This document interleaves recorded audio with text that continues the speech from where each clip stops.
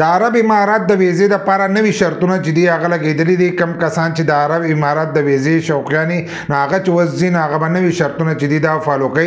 نو د هغې نه وروسته چې دی عرب امارات ته تللی شي. د ډېر وخت نه چې دی د دوبۍ ویزې بندې دي. زیاتر کسان دا کوشش کوي چې د هغې ویزې ازادې شي او موږ هلته کې لاړ شو.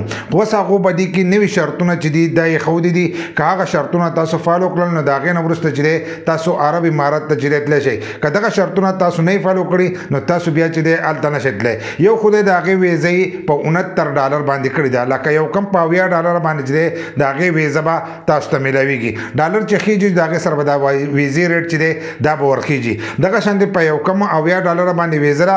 بلې شرط دا یې ښودلی چې ستاسو سره په بینک کې کم از کم $50,000 پراته وي.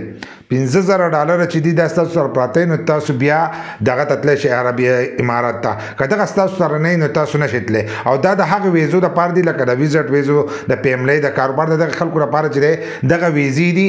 بل لا چې تاسو ځئ نو چې ستاسو سره د تلو راتلو ټکټ وي، بل لا هلته کې ستاسو کور چې دی یا هوټل تاسو په کرایه اخیستی چې د هغې هر سره درسره وي نو هلو تاسو تللی شئ. دغه شانتې ډایرکټ چې دی تاسو اوس نشئ تللی. نو دا نوي شرطونه چې دي دی په هغې کې یو ځای کړي دي. خو دا هم د ویزټ ویزې دپاره، د کور د فیملی د ویزې لپاره، د دې لپاره چې دی دغه شرطونه دي. د لیبر ویزې چې دي دا لالن سات هم نه دي ازادې شي. که کم کسان ستاسو نه پیسې میسې غواړئ نو دغه شیزونه چې دي دا په ځل به دغه باندې روپۍ مه بندوئ، ځکه چې هغه ویزې اوس هم بندې دي. او دا شرطونه چې دي دا د ویزټ ویزې او د فیملی د ویزې لپاره دي.